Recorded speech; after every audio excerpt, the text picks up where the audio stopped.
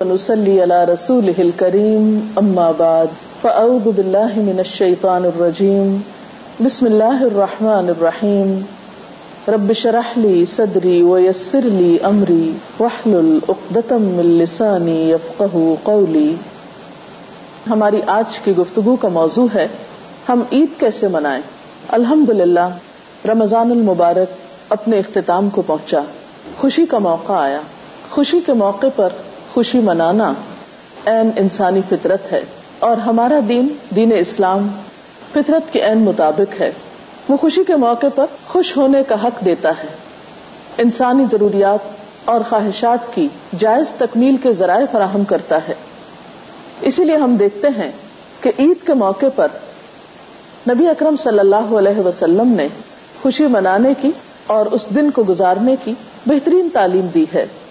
نبی صلی اللہ علیہ وسلم جب مدینہ تشریف لائے تو فرمایا تم سال میں 2 دن خوشیاں منایا کرتے تھے، یعنی اسلام سے پہلے.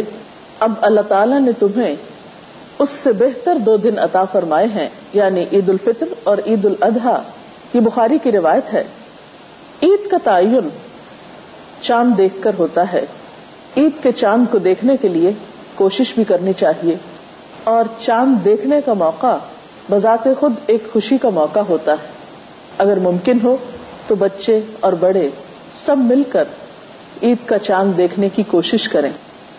ایک روایت میں آتا ہے کہ آپ نے فرمایا جو دونوں عیدوں کی شب قیام کرے گا نیک نیتی اور اخلاص کے ساتھ، یعنی کچھ نوافل وغیرہ پڑھے گا، تو اس کا دل نہیں مرے گا اس دن جب اور دل مردہ ہو جائیں گے. چاند رات کو ہی یا عید کی نماز پڑھنے سے پہلے ایک اہم ذمہ داری جو سب کو ادا کرنی ہے وہ ہے فطرانہ کی ادائیگی. فطرانہ گھر کے تمام افراد کی طرف سے ہوتا ہے. ہر مسلمان، غلام ہو یا آزاد، مرد ہو یا عورت، چھوٹا ہو یا بڑا، روزہ دار ہو یا غیر روزہ دار، صاحب نصاب ہو یا نہ ہو، حتیٰ کہ دودھ پیتا بچہ، اس کی طرف سے بھی صدقہ فطر ادا کیا جائے گا. یہ وہ صدقہ ہے جس میں تمام مسلمان شریک ہوتے ہیں. بہت سے مواقع پر جب صدقہ خیرات کی بات ہوتی ہے تو چند لوگ دیتے ہیں اور چند لوگ لینے والے ہوتے ہیں، لیکن اس صدقہ فطر میں سب کو شریک ہونا ہوتا ہے. حضرت ابن عمر سے روایت ہے کہ رسول اللہ صلی اللہ علیہ وسلم نے صدقہ فطر 1 صاع کھجور یا 1 صاع جو غلام، آزاد، مرد، عورت، چھوٹے بڑے ہر مسلمان پہ فرض کیا، یعنی سب کو ادا کرنے کا حکم دیا. 1 صاع کی مقدار تقریباً 2.5 کلو گرام کے برابر ہوتی ہے.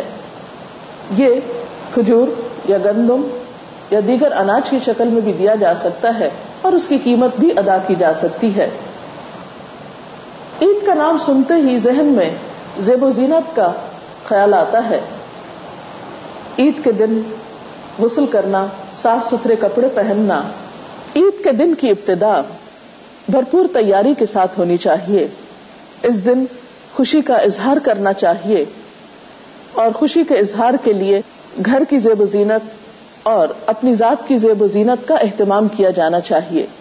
اس کے لیے غسل کرنا، صاف ستھرے یا نئے کپڑے پہننا اور زیب و زینت کا اہتمام کرنا پسندیدہ ہے. عید کے دن کرنے والے کاموں میں اہم ترین کام نماز عید کی ادائیگی ہے، لیکن اس کی ادائیگی سے پہلے کچھ میٹھا کھا لینا بھی سنت ہے. حضرت انس بن مالک رضی اللہ تعالی عنہ کہتے ہیں کہ رسول اللہ صلی اللہ علیہ وسلم عید الفطر کے دن کھجوریں کھائے بغیر عیدگاہ کی طرف نہیں جاتے تھے، اور نبی صلی اللہ علیہ وسلم تاک کھجوریں کھاتے تھے، یعنی 1 یا 3 یا 5. لیکن ضروری نہیں کہ کھجوریں ہی کھائی جائیں. اگر کھجوریں میسر نہ ہو تو کوئی بھی میٹھا کھایا جا سکتا ہے.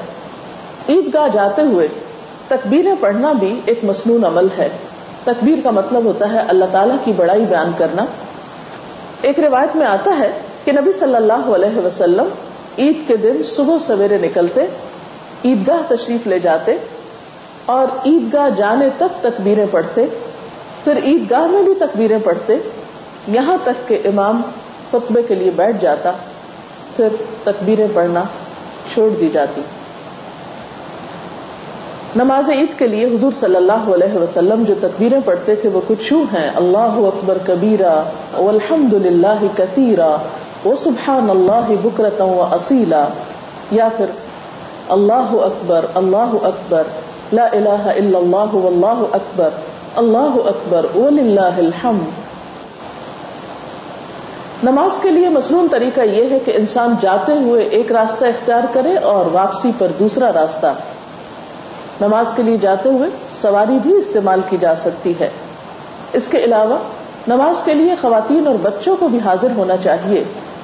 اس دن صبح کے وقت سوتے رہنا اور بیزاری کا اظہار کرنا یا بار بار یہ کہنا کہ عید کے دن بہت بوریت ہوتی ہے، کوئی مزہ نہیں آتا، یہ ناپسندیدہ چیز ہے۔ اس نعمت پر، خوشی کے ملنے پر اللہ تعالیٰ کا شکر ادا کرنا چاہیے۔ اور شکر کی ادائیگی کا طریقہ کیا ہے کہ انسان صبح سویرے زیب و زینت اختیار کرے اور عیدگاہ کی طرف چلا جائے۔ پھر اس